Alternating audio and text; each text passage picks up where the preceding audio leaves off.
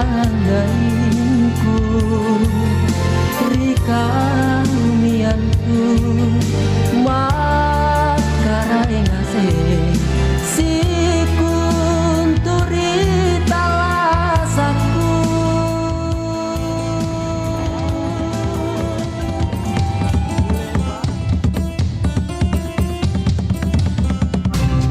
Pro 4, Suara Budaya Sulawesi Selatan. Baik sahabat budaya, dan kita berjumpa di program acara obrolan tematik RB, tentunya tentang pengentasan kemiskinan ya. Dari Direktur Perencanaan SIS DSKL Basnas RI Pak Ahmad Hambali, saya panggil Pak Ahmad ya. Assalamualaikum Bapak. Waalaikumsalam warahmatullahi wabarakatuh. Iya baik, kemudian ada Bapak dokter saya ini baru ketemu langsung tatap muka, padahal selama ini sering komunikasi lewat telepon Pak ya. Pak Dokter Kidri, Assalamualaikum Bapak. Waalaikumsalam warahmatullahi wabarakatuh. Sebagai Ketua Basnas Provinsi Sulawesi Selatan. Nah, ya dalam pengentasan kemiskinan, peran Basnas Sulsel ini seperti apa ini Pak Kidri? Silakan. Iya, makasih. Assalamualaikum warahmatullahi wabarakatuh. Selamat pagi para pemirsa RRI Pro 4 dimanapun kita berada. Alhamdulillah, terima kasih RRI Pro 4 yang mengundang kami. Jadi kita tahu Basnas adalah lembaga non struktural ya, lembaga pemerintah. Ya, memang salah satu tujuannya bagaimana penguatan tentang pengelolaan zakat, infak, sedekah dan dana sosial keagamaan lainnya. Maka kalau kita melihat visi misinya itu kan bagaimana pengumpulan seoptimal mungkin, semaksimal mungkin zakat, infak, sedekah, dan untuk pengentasan kemiskinan tentu bagaimana mengoptimalkan dan memaksimalkan penyaluran pendayagunaan dari zakat, infak, sedekah yang kami terima dari para musaki ya, para mumfik yang mereka salurkan zakatnya kepada kami. Jadi dengan berbagai program-program yang petunjuk dari Basnas RI ya, kemudian kami teruskan dan tentu juga dengan melihat kondisi yang ada di Provinsi Selatan. Maka perlu kita tahu bahwa dalam penyaluran zakat itu ada dua model penyaluran zakat ya. Ada namanya zakat produktif dan ada zakat karitatif. Jadi yang karitatif itu yang biasanya diberikan langsung habis. Misalnya pemberian sembako, beras ya, ketika terjadi bencana langsung turun bantuan-bantuan pangan ya, makanan, itu yang namanya karitatif. Sedangkan program produktif itu ada banyak macam program dari Basnas RI yang kemudian kami teruskan. Ya, bagaimana kita memperdayakan mustahik para penerima manfaat zakat, infak, sedekah itu supaya mereka produktif, dalam arti yang mereka terima itu bukan ikannya tapi kailnya. Misalnya ada program Zmar. Zmar itu seperti bantuan gade-gade, kedai-kedai warung kecil yang memang diperuntukkan bagi kelompok-kelompok fakir miskin. Ada set chicken, ada set kopi dan banyak lagi. Itu termasuk salah satu pengentasan kemiskinan betul. Dari Basnas sendiri ya Pak ya. Iya. Nah kemudian ada strategi khusus ini Pak Kidri untuk mengelola Basnas ini sendiri. Tentu kami dalam penyaluran pendistribusian itu tidak serta-merta ya. Ada harus kami ikuti regulasi ya, makanya itu Basnas memegang 3 konsep amanah, aman syariah, aman regulasi, aman NKRI. Jadi kalau syariah itu harus betul-betul tujuannya untuk syariat agama seperti yang disebutkan di dalam Al-Quran surah At-Taubah 60, innamas shadaqatu lil fuqara wal masakin wal amilina ila akhir ayat. Jadi diperuntukkan itu bagi fakir miskin. Kemudian ada amil, ada orang yang punya utang, garimin, lalu ada budak, lalu ada ibnu sabil fisabilillah, ada mu'allab. Itu semua harus itu dulu aman syariah. Jadi kalau ada orang datang misalnya, bisa dibantu enggak ini panti asuhan? Bukan kita tidak bantu karena tidak disebut ke situ panti asuhan. Tapi kalau panti asuhannya ada orang miskin di situ, maka yang kita tujukan itu adalah orang-orang miskinnya itu yang kita bantu, bukan panti asuhannya. Oh, bukan panti asuhannya. Karena tidak disuka situ untuk panti asuhan. Karena kalau panti asuhan kan biasanya punya kan orang kaya.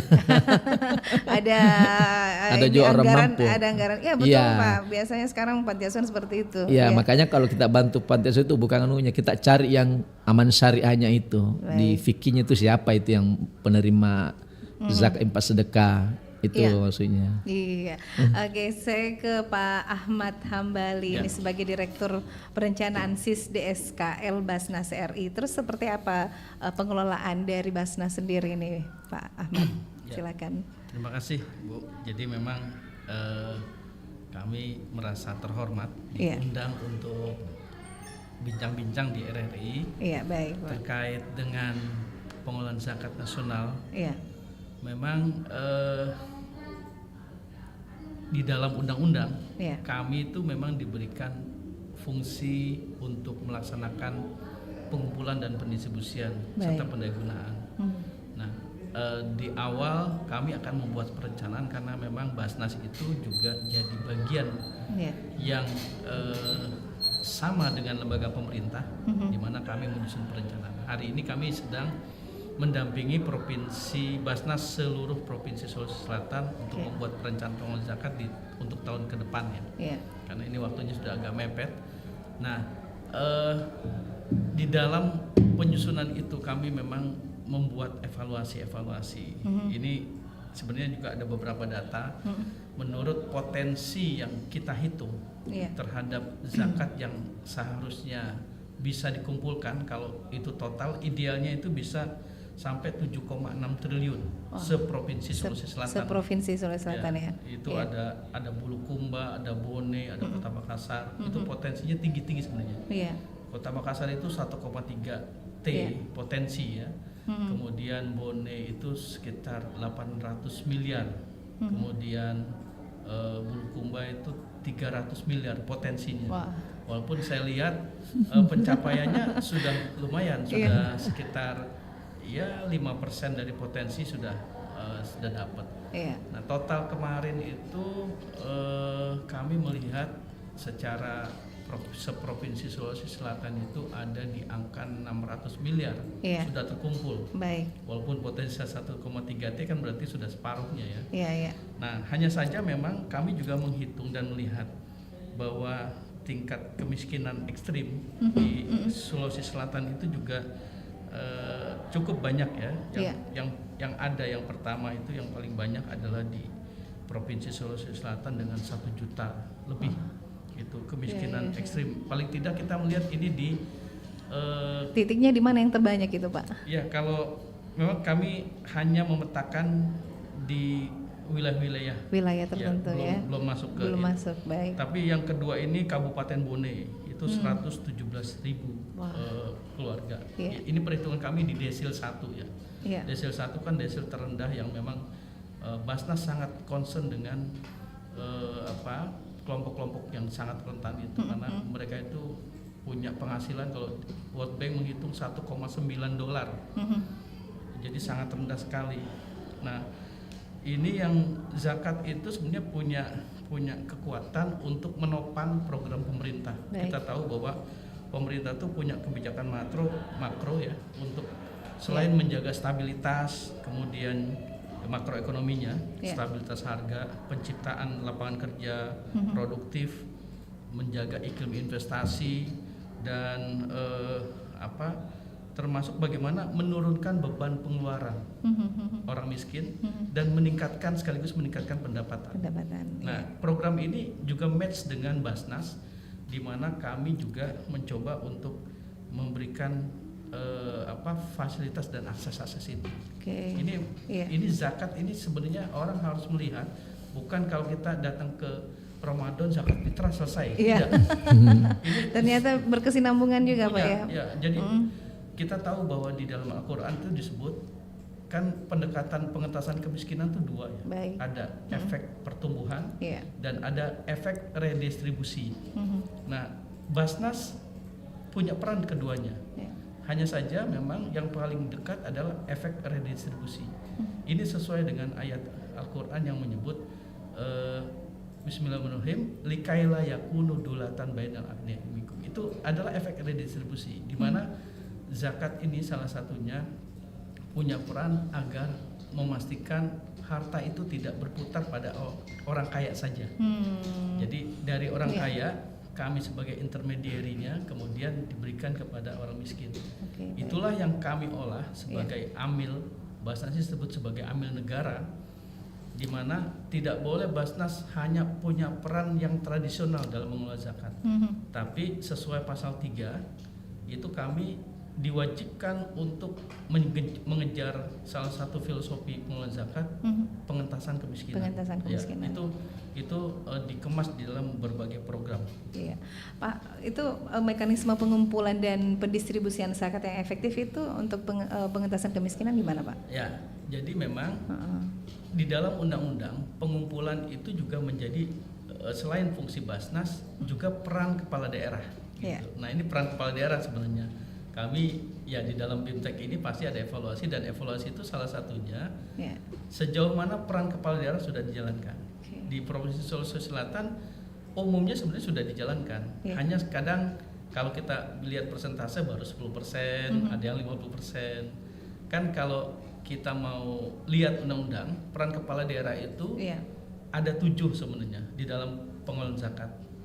Pertama di dalam pembentukan kelembagaan Basnas itu diatur di pasal 15 Undang-Undang 23. Kemudian dalam pengangkatan dan pemberhentian pimpinan itu SK-nya dari kepala daerah walaupun harus setelah pertimbangan Basnas pusat. Lalu dalam fasilitasi pengumpulan.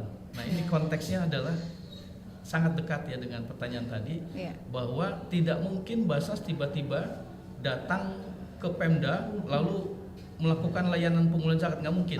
Kan harus dibantu ya, bukan dibantu, tapi di endorse oleh kepala daerah, terutama pada pengumpulan zakat di ASN. Jadi ini sebenarnya bukan Basnas minta, tapi memang sudah diatur dalam undang-undang. Nah kemudian selain itu kepala daerah juga punya peran di dalam pembiayaan. Di dalam pasal 31 ayat 1 itu disebut bahwa Basnas provinsi kabupaten kota itu dibiayai oleh Kamil, zakat dan APBD. Nah ini APBD ini sebenarnya jatahnya pimpinan karena pimpinan itu di-SK-kan oleh kepala daerah. Nah yang kelima adalah di dalam memfasilitasi sarana dan prasarana.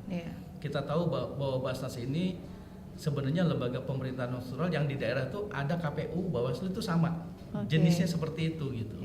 Hanya saja memang pembiayaannya mereka langsung dari pusat, sementara dalam Undang-Undang 23 pembiayaan Basnas itu dibagi perannya ke kepala daerah. Makanya kalau ada kantor yang kurang layak itu ada semacam kewajiban kepala daerah untuk menyediakan fasilitas sarana prasarana. Nah yang keenam itu adalah pembinaan dan pengawasan. Itu di pasal 34 disebut ya. Dan terakhir adalah memeriksa laporan. Jadi kami juga Basnas itu enggak sekedar minta peran, tapi memang ada peran dalam mengawasi dan membina Basnas itu di dalam soal laporan. Jadi Basnas wajib menyampaikan laporan kepada kepala daerah, lalu minta juga kalau ada apa-apa diperiksa, gitu. Itu wajib karena ini adalah lembaga yang harus menjaga kepercayaan. Gitu. Kalau itu tidak dilakukan, saya kira akan ada problem. Betul. Nah, itu yang di dalam pengelolaan seperti itu. Nah, kalau inovasi dan strategi dalam pengelolaan SIS itu sendiri yang dilakukan oleh Sulsel? Ya, Sulsel nanti akan dijawab oleh Dr. Pak Indri. Ini bagiannya Pak Indri ya pengelolaannya. Silakan Pak. Inovasi dan strateginya ini. Biasanya kan ada 4 besar dalam persibusan itu ya, yang biasanya ada dari aspek ekonomi, pendidikan, kemudian ada kesehatan dan ada dakwah dan advokasi. Ya, jadi 4 program besar ini yang kemudian dinyatakan ke Basnas ke seluruh Indonesia. Ya itulah ya, kalau kami kan di Basnas Provinsi kami punya klinik gratis, ada sekolah gratis. Lalu program pendidikan biasa ada beasiswa. Kalau untuk beasiswa yang lebih besar lagi biasanya Basnas RI sudah siapkan. Lalu untuk kesehatan di sini juga ada rumah sehat Basnas RSB. selain ada di klinik Basnas Medika yang ada di Basnas Provinsi. Ya. Jadi ada beberapa inovasi yang kami lakukan itu selain tentu melanjutkan program-program yang sudah kami buat, terutama yang yang sudah dipetakan dalam RKAT dan Renja. Nah, itulah yang kita ikuti ya. Jadi itulah sebabnya Pak Dr. Hambali ini hadir di sini mendampingi kami itu dalam bimbingan teknis bagaimana RKAT dan Renja itu dibuat. Ya, dengan supaya 1 tahun program ke depan itu memang sudah ada planningnya. Sudah ada planning. Iya, actionnya ada. Termasuk di situ masuk RAB-nya bagaimana, sehingga dengan demikian itu memang di bahasa itu dari segi manajemen itu afirmasi dan manajemen itu sudah sangat lengkap. Maka itulah yang kami biasa ikuti. Ya, di luar daripada itu memang kadang terjadi sesuatu yang tidak terduga, misalnya ada bencana, maka itu secara spontan juga sudah disiapkan seperti tadi itu yang kayak zakat-zakat dari karitatif ya. Ya kalau yang inovasi itu memang tidak keluar dari 4 program besar itu. Iya. Baik, saya coba terima penelpon ini, sepertinya ada yang ingin bergabung Pak ya. Ini tentunya tentang program peran Basnas untuk pengentasan kemiskinan. Halo, assalamualaikum. Halo, assalamualaikum warahmatullahi wabarakatuh. Waalaikumsalam warahmatullahi. Iya. Nama saya Jamar Sufi. Baik, silakan Pak Haji. Banyak terlibat dalam masalah zakat di masjid saya. Alhamdulillah. Itu laporan Bapak. Kemudian satu hal yang menggembirakan itu pernah saya juga terlibat di Basnas. Oh iya. Jadi ini baru saja ini ada seorang janda datang ke rumah, kemudian dia menyodorkan stiker. Saya kasihan dia janda, anaknya 3. Pertanyaan saya, bagaimana kita bisa menjangkau objek-objek seperti ini? Iya. Karena saya pahami apa yang Bapak sampaikan, mempunyai satu program yang sangat indah sekali, tetapi yang penting adalah bagaimana tadi itu rencana bisa menyentuh masyarakat secara ke bawah. Ini yang penting. Tentu Bapak punya data. Berapa orang yang mau dikasih, bagaimana kemampuan kita, kemudian didorong oleh organisasi yang bagus, orangnya bagus-bagus semua, SDM-nya bagus, ada jiwanya, ada niatnya. Ini yang jadi masalah. Jadi kalau kita lihat potensi zakat sebenarnya yang jadi masalah sekarang, kita belum bisa mengambil zakatnya orang secara nyata menurut aturan syariat. Ini kan diperlukan kesadaran. Ini perlu digali, ini bagaimana caranya. Jadi ini pekerjaan zakat ini saya lihat hanya temporary saja. Tapi dia tidak berjalan setiap hari. Bagaimana kira-kira kita bisa menggarap potensi. Saya kira demikian. Terima kasih. Assalamualaikum Waalaikumsalam warahmatullahi wabarakatuh. Langsung dijawab. Jadi begini, salah satu juga inisiasi dari Basnas RI dan turun ke Basnas sampai ke kabupaten kota, memang kita terus meningkatkan literasi zakat.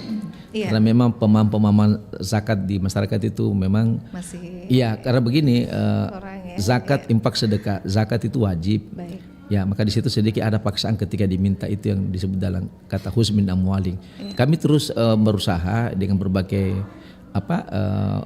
gawean-gawean yang ada, program-program di medsos yang menyebarkan tentu program-program, ada event-event. Jadi sebenarnya itu berlangsung terus menerus. Terutama ketika ada persibusian, ada kegiatan, itu kita juga laporkan ke masyarakat lewat menyebarkan di medsos. Nah, dengan cara seperti itu sebenarnya kita terus menggerakkan masyarakat, karena memang tugas kita itu mengingatkan kalau zakat, kalau infak kan memang kesadaran. Maka apa yang tadi dikatakan oleh Bapak itu memang benar, bahwa kita terus menyuarakan. Itulah sebabnya literasi zakat di masyarakat kita itu kan masih rendah. Ada orang berpikir ketika dia mau memberikan orang, dia sudah mengatakan saya sudah kasih keluar zakatku. Ada orang yang ketika bulan Ramadan baru dia kasih zakat. Padahal itu mungkin tidak benar, tidak salah juga 100%, tapi caranya itu. Karena di zaman Nabi itu zakat itu tidak langsung diberikan kepada kaum mustahik, tapi dibikinkan satu lembaga namanya Baitul Mal. Dari Baitul Mal itulah kemudian di sekarang itu namanya ada lembaga amil zakat. Di situ Basnas berperang bagaimana dalam pengelolaan zakat supaya zakat itu betul-betul sampai kepada tujuannya, sampai kepada kaum mustahik yang sasarannya. Karena seringkali ketika orang memberi, orang sudah merasa saya sudah memberi, saya sudah lepas. Padahal ada banyak di situ yang harus kita lakukan sehingga zakat itu tepat sasaran. Nah itu siapa yang punya tugas itu supaya tepat sasaran ini? Ya tugas Basnas lah. Basnas, karena kami di situ memang ada yang ada tugasnya. Yang kerjakan di bawah. Betul, Pak ya. lengkap semuanya lengkap. Ada yang pengumpulan itu memang terus mengadvokasi, mengkampanyekan orang untuk berzakat. Lalu ada yang menyalurkan. Ya, itu yang menyalurkan itu Pak.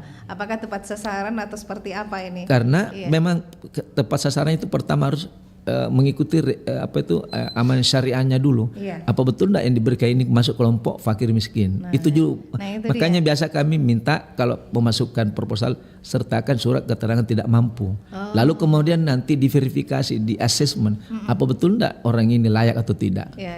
Jadi ada begitu ada. Kemudian semua kaum mustahik itu kami punya data, Musak punya data. Jadi ada. Jadi tidak serta merta tidak dalam arti penanganannya itu dalam pengelolaannya itu memang alhamdulillah kalau dari Basnas itu setiap saat harus ada update bagaimana manajemen yang bagus, pengelolaan bagus. Iya, jadi itu kerjasamanya dengan Pak Ahmad Hambali gitu ya. Beliau di pusat jadi tentu di lebih. Mungkin bisa ditambahkan sedikit Pak Ahmad tadi. Memang ini menarik ya.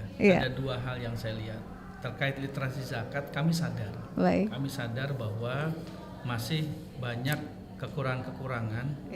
Walaupun kita ini mayoritas umat Islam ya. Saya mengutip pendapat Kiai Masdar Masudi bahwa disebut bahwa zakat adalah rukun Islam paling terlantar gitu.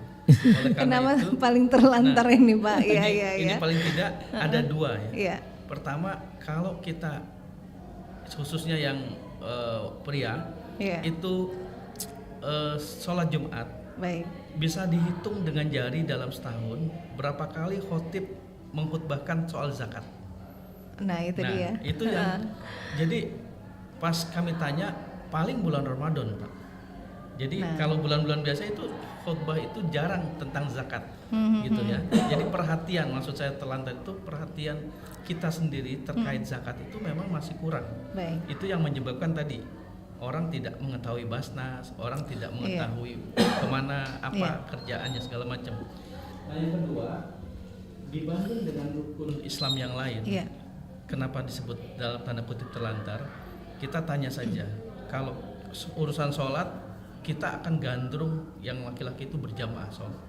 Begitu senang dia berjamaah. Juga dengan apalagi haji, orang yang baru pulang haji dan di bandara dia langsung berdoa, ya Allah mudah-mudahan tahun depan saya ke haji lagi. Amin. Ini tidak terjadi di zakat. Kita tidak mendengar ada orang yang gandrung, sangat jarang ya berinfak. Yang jor-joran berinfak Pak ya. Kalau dari keterangan di pusat itu ada menteri ya, saya mungkin harus sebut juga, senang berinfak. Pak Sandi, Pak Sandi itu senang. Jadi baru berinfak kemarin sudah berinfak lagi. Lalu bikin acara amal, lelang, dapat dikumpulkan infak. Gajinya juga masuk di Basnas juga sebagai menteri. Nah itu dia Pak. Baik. Yang saya kira memang perlu dibudayakan. Harus bahkan, jadi. Ada cerita ada satu cerita bahwa begitu orang diberi kesempatan untuk hidup lagi di dunia, yang dia lakukan itu bukan sholat, bukan apa-apa, tapi dia bersedekah. Karena dia merasa ketika dihisap itu yang kurang gitu. Itu ada cerita. Jadi ini yang saya sebut, saya tidak berlebihan. Saya setuju dengan pendapat Kiai Masudi bahwa memang zakat ini perlu menjadi rukun Islam yang juga sama kuatnya dengan puasa, dengan haji, dengan sholat Jumat itu ya. Dan kalau ini terjadi, saya kira tidak ada orang miskin di Indonesia. Karena itu dikelola baik untuk pengentasan kemiskinan. Karena potensi zakat kita itu 327 triliun. 327. Saya kira ini meningkat ini. Luar biasa. Alhamdulillah. Jadi sudah ada peningkatan kesadaran dari para orang-orang yang banyak duit ini Pak ya. Maka untuk itu dibentuk Basnas. Maka saya bilang Basnas itu tidak boleh bekerja standar karena dia adalah lembaga pemerintah yang diberi wewenang khusus untuk mengelola zakat. Wah ini tugasnya Pak Kidri nih. Iya, oke. Terus ada program-program unggulan Pak Kidri dari Basnas sendiri untuk lebih fokus lagi pengentasan kemiskinan. Iya, kami ada banyak kerjasama dengan pemerintah dalam hal membantu program pemerintah misalnya di BKKBN ada untuk stunting, ada kita bantu, kemudian untuk bedah rumah yang kita sebut rumah layak huni Basnas yang membantu untuk perbaiki rumah-rumah yang sudah mau rubuh. Itu ada banyak ya. Kemudian ada set chicken ya, yang gade-gade itu warung-warung kecil. Nah itu semua ya, walaupun memang kita tidak bisa mengcover semua, tapi memang ada target-target ya supaya itu bisa. Dan kalau di Sulsel itu, kalau Zmar itu memang sudah lebih 500 di 24 kabupaten kota Basnas. Ya itu sudah berjalan terus. Sekarang ini yang lagi set chicken, ada set auto, semua itu untuk pemberdayaan mustahik supaya mereka punya keterampilan, diberikan modal dalam arti mereka usaha itu tanpa pengembalian. Tapi itu tidak segampang itu karena harus mereka di asesmen, harus mereka betul diverifikasi apa dia layak atau tidak. Jadi itu ada tahapannya dan prosedurnya juga, Iya, Pak. betul, ya. Nah, kalau misalnya ini kan pendengar kami di sini Pro 4 mungkin ada yang tidak tersentuh dengan Basnas ini, Pak. Apa-apa yang mesti langkah-langkah yang dilakukan? Ya, artinya kan Basnas itu pertama kan ketika memang karena tugas kita memang pengumpulan dan penyaluran kembali pendaya gunaan itu zakat, tentu tidak lari dari semua itu program. Maka itu kalau ada seseorang yang masuk ke Basnas minta mau dibantu apa, kita lihat dulu program itu masuk di mana. Dan kami itu juga memang karena kita punya ada RKT, ada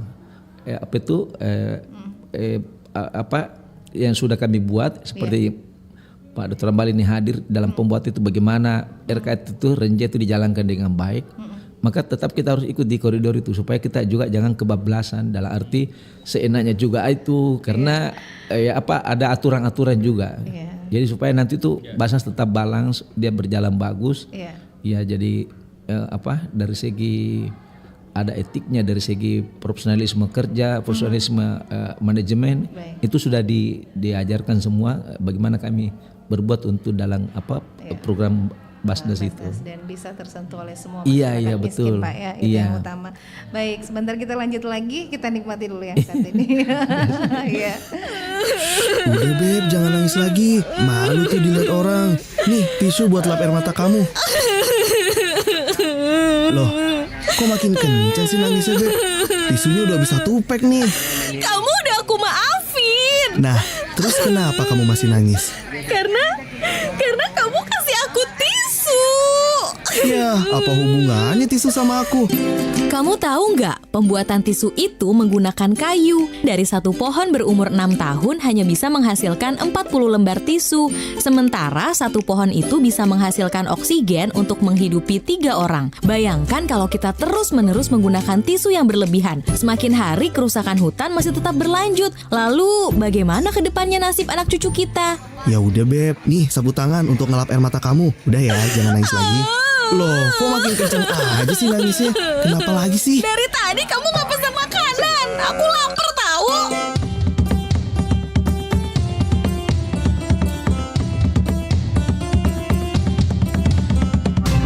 Pro 4, Suara Budaya Sulawesi Selatan. Baik sahabat budaya, dan kita lanjut lagi kebersamaan kita di program obrolan RB tematik pengentasan kemiskinan, peran Basnas dalam upaya pengentasan kemiskinan ya. Nah tadi beberapa program yang sudah disampaikan oleh Pak Kidri ini. Iya. Nah terus seperti apa program yang paling sangat-sangat efisien ini untuk pengentasan kemiskinan ini? Yang paling bagus ini untuk lebih dapat perannya. Biasanya kan program ini itu pertama kan yang paling mendasar itu kan pasti berhubungan dulu dengan pangan. Iya, pangan ya. Iya, baru nanti sandang, baru papan. Ya. Jadi kalau misalnya pangan ya tentu kita melihat masih banyak saudara kita masih di bawah garis kemiskinan, bahkan masuk miskin ekstrim. Iya. Ya, itulah sebabnya Basnas tidak bergerak sendiri. Maka itu ada teman-teman kami dari LAS, Lembaga Zakat. Kemudian ada dari setiap kota ada Basnas, kabupaten kota.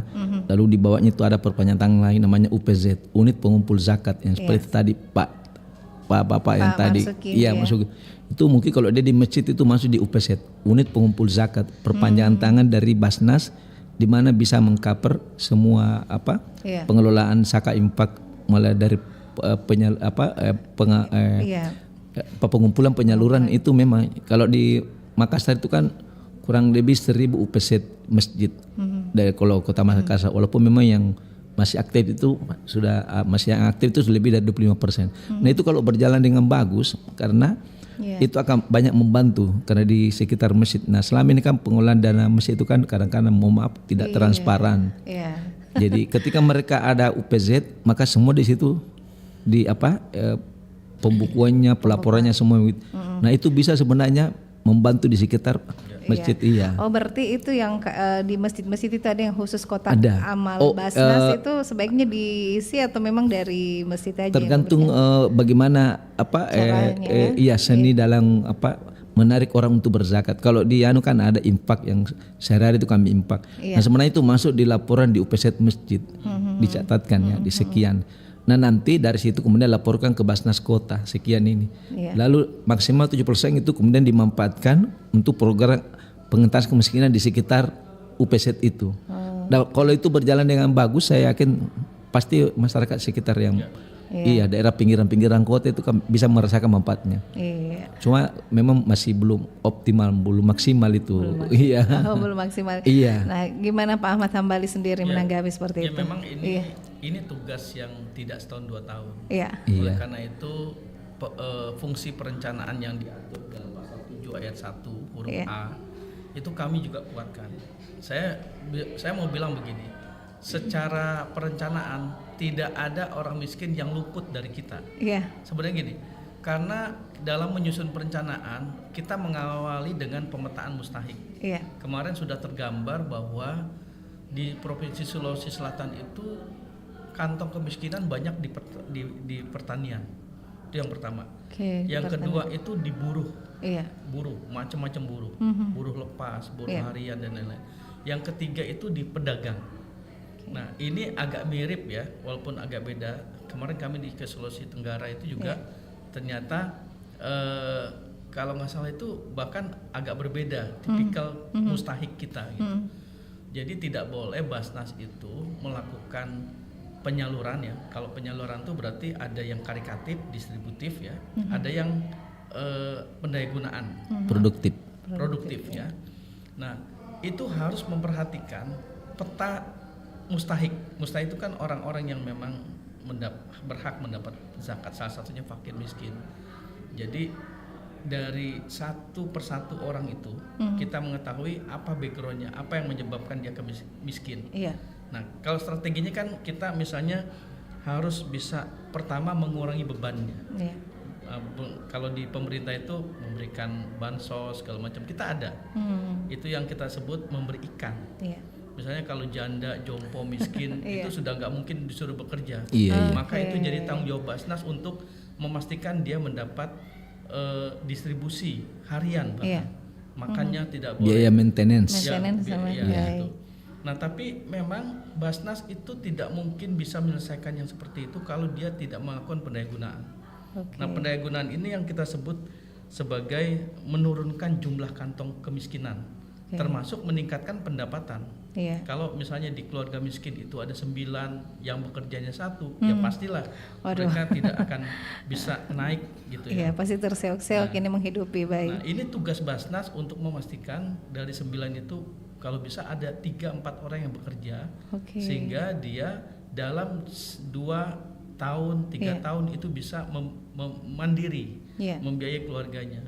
Ini tanggung jawab Basnas gitu. Ini bedanya kalau ada muzaki memberikan langsung kepada mustahik dengan memberikan kepada Basnas. Karena Basnas punya tanggung jawab untuk memastikan setiap sen dana zakat itu punya kontribusi terhadap pengurangan kemiskinan. Itu wajib itu di pasal 3 itu begitu. Jadi kalau ada Basnas kemudian hanya melakukan distribusi saja, memberi ikan saja, itu salah perencanaan. Iya, itu. Dan kita sebenarnya punya strategi yang namanya moving out poverty dan moving out mustahik. Misalnya kalau dia adalah ekstrem miskin, itu di desil 1 kita dorong paling enggak dia miskin gitu. Kemudian jangan ekstra miskin, jangan ekstrem miskin itu. Iya. Nah, dari kalau dia sudah miskin, kita dorong agar punya penghasilan di desil 3 yaitu UMR. Jadi tadi 300.000 kita naikin menjadi 1,2 juta. Lalu kita intervensi dengan program lagi, dia naik jadi UMR, mungkin kalau di Sulawesi Selatan 3 jutaan ya. 3,4. Itu kita dorong lagi di desil 4 namanya Hat Kifayah. Kalau bisa mereka punya penghasilan di 4,5 sehingga dia sudah bisa berinfak. Jadi balik dia memberi. Gitu. Dari mustahik menjadi munfik dulu. Munfik, berinfak. Kalau sudah Hat Kifayah kita dorong lagi menjadi mencapai nisab. Kalau sudah 6,8 juta dia bisa berzakat. Nah, ini ada strategi-strateginya sebenarnya. Dengan cara misalnya tadi mengurangi beban dulu. Karena kadang-kadang ini orang miskin itu nggak cukup hanya dikasih ikan, tapi dia harus kasih pancing. Berarti kita umpan dulu. Ya, itu dua-duanya kita kasih. Iya, baik. Kalau kita kasih pagi makan, siangnya udah lapar lagi kan? Siang kita kasih makan, bisa jadi malamnya lapar. Nah, kalau kita tiap hari begini, uang zakat tidak cukup. Iya, pasti habis. Makanya kita kasih dua-duanya. Dan di dalam pendayagunaan itu juga tidak boleh sembarangan. Artinya harus ada pendamping. Misalnya kalau orang miskin kita suruh dagang padahal dia tidak bisa dagang, itu kita kasih Z chicken itu kan semacam seperti fried chicken. Jadi dikasih franchise, gerobak lengkap dikasih. Kalau dia nggak bisa dagang, ayamnya bakal habis, bahkan gerobaknya dijual. Nah, itu pendamping itu fungsinya. Ini harus ada pendampingan dari Basnas juga, Pak. Selalu ada. Jadi kalau emang belum seperti itu, memang di lapangan memang kami terus memastikan bahwa Basnas itu bukan hanya punya keterampilan distribusi, dia juga punya keterampilan researcher dalam memetakan mustahik, sampai pendampingan pemberdayaan sosialnya harus juga punya. Jadi memang berat ini Basnas. Berat ini. juga ini. Seperti Superman ini. Makanya kalau mau didukung, mesti itu orang-orang mampu, orang kaya. Keluarkanlah zakatnya, bagian dari harta mereka. Iya, tapi memang begini Pak Gidri, kadang seperti ini kita bicara ada saja ya, yang lumrahnya ini biasanya orang pikir, aduh mau ki infak, zakat, sedekah ini terus sekian persen dari harta, biasanya langsung berpikir banyaknya paling ini mau disakatkan, kan biasa kadang ada yang langsung saja deh langsung ke sasaran yang tidak melalui Basnas gitu Pak. Biasanya banyak begitu. Padahal itu sebenarnya kenapa ada lembaga amil zakat. Ya, jadi kalau orang datang diserahkan zakatnya, pertama dia didoakan. Itu kalau dia kasih masih mending kalau didoakan. Yang kedua, zakatnya itu kemudian akan dipikirkan sesuai dengan program supaya betul tepat sasaran. Itu dia. Kemudian sudah itu kita laporkan ke yang bersangkutan apa manfaat anunya itu di mana. Jadi itu juga penting ada itu feedback untuk pemberitaan selalu ya. Jadi karena kita bahasa itu selalu menjaga trust. Kepercayaan betul, Pak, itu yang paling penting sekali. Iya Pak, sebagai ketua Basnas Sulsel ini seperti yang dikatakan tadi sama Pak Ahmad Hambali, luar biasa ini tugasnya ya. Berat. Gimana Pak? Apa yang Pak Gidri sendiri yang harus lakukan ini? Apalagi ini sudah hampir akhir tahun. Banyak yang bantu kami semua. Semua ya insya Allah kalau kita kerja ikhlas. Dan memang kan kami terus menjaga trust, karena biar bagaimana, karena tanggung jawab mengelola zakat itu bukan cuma di dunia, itu sampai di akhirat. Kolaborasi dengan pemerintah dan pihak-pihak terkait gimana Pak kita membangun? Betul, kami terus ada banyak MOU dengan BKKBN, dengan Polda juga setiap Ramadan itu luar biasa zakat dari Polda, kemudian dari PUPR, lalu ada dari Kestra, kemudian apalagi dari pemberdayaan perempuan, jadi dimanfaatkanlah itu semuanya. harus ada manfaat yang betul penting betul ini. Karena pemerintah tidak bisa sendiri, jadi Coba kita bayangkan itu begitu tidak ribetnya itu birokrasi zakat. Misalnya terjadi kebakaran, pagi kebakaran, siang sudah ada Basnas di situ. Itu. Bantu langsung turun. Kalau namanya bencana, kita punya namanya Basnas tangga bencana. Kalau ada satu daerah seluruh kabupaten kota datang semua BTB-nya itu, karena kita setiap tahun juga kita update terus pelatihan bencana itu. Jadi lengkap semua kalau di Basnas. Ada apa, mobil ambulans, ada mobil jenazah. Kalau di kami di sini ada mobil jenazah yang gratis bisa mengantar jenazah. Dan kalau di Basnas sendiri Pak, tidak menutup kemungkinan harus orang kaya aja yang banyak hartanya yang bisa memberikan infak kepada Basnas untuk siapa saja. Siapa saja ya. Jadi jangan lihat banyaknya, bagaimana keikhlasannya dia memberi.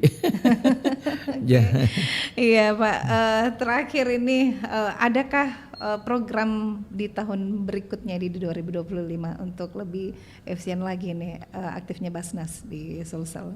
Jadi tetap kami meneruskan program yang, karena pastikan tidak akan bisa tercapai 100%, jadi terus dijalankan. Karena itu juga yang menjadi kebutuhan masyarakat miskin dari program-program kami. Dan itu memang dari Basa Pusat memang selalu ada inovasi-inovasi. Nanti itu Mas Hambal itu ada yang program apa yang di masjid itu. Itu bisa disampaikan. Jadi masjid itu nanti akan diberi bantuan dari Basnas. Nanti dari dana itu dia bisa membantu dalam pengentasan kemiskinan di daerah sekitar masjid. Berarti itu. di sekitar masjid situ dibuatkan Basnas Microfinance. Itu Basnas Microfinance. Basnas Microfinance namanya. Basnas Microfinance itu Basnas kami ada juga untuk pengentasan dengan microfinance itu. Bahkan nanti ada Z-Bank, Z-Bank Mas ya. Cuma di Sulawesi belum, di Jawa sudah ada Mas ya.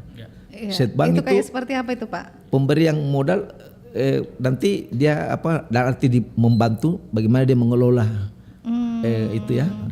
Tanpa pengembalian Mas ya. Tidak ada. Semuanya nggak ada pembalian kalau Basnas. Pemberian betul, itu diberikan. Cuma kan ada pendampingan, kemudian mereka dilatih bagaimana pengolahan supaya jangan tadi kata Pak Hambali hilang habis.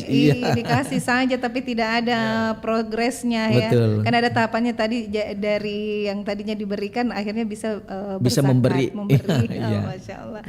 Iya Pak Hambali sendiri silahkan Pak Ahmad Hambali. Memang saya tadi belum membahas soal bahwa kami juga diawasi. Secara audit kami diaudit oleh tiga level audit ya. Ada audit internal, kemudian audit KAP dan audit syariah. Jadi kalau misalnya publik. Kalau misalnya tadi apakah ini tepat sasaran? Kalau nggak tepat sasaran jadi temuan gitu. Ada ya. Betul. Dan tadi kan juga ada laporan yang disampaikan kepada kepala daerah, dan kepala daerah bisa menurunkan inspektorat.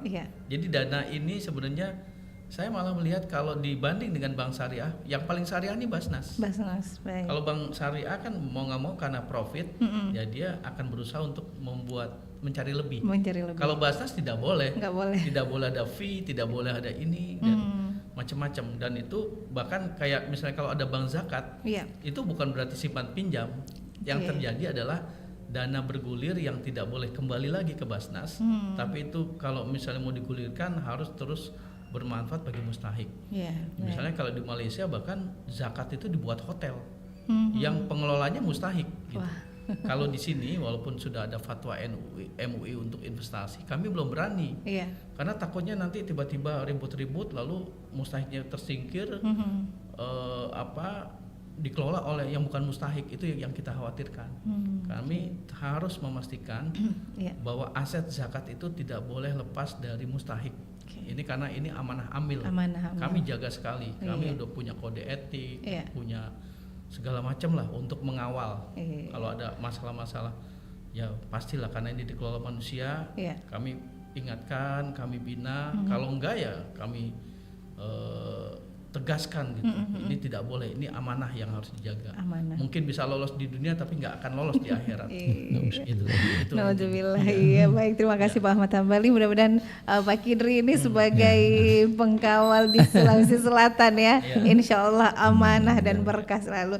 Terima kasih Bapak kehadiran tak semua. Iya, terima kasih. Mudah-mudahan ini bisa menambah ini juga manfaat untuk pendengar bahwa Basnas itu sangat berperan penting untuk pengentasan kemiskinan. Iya, betul, ya, terima kasih Pak Kidri, Pak Ahmad Hambali. Assalamualaikum warahmatullahi wabarakatuh. Waalaikumsalam warahmatullahi wabarakatuh.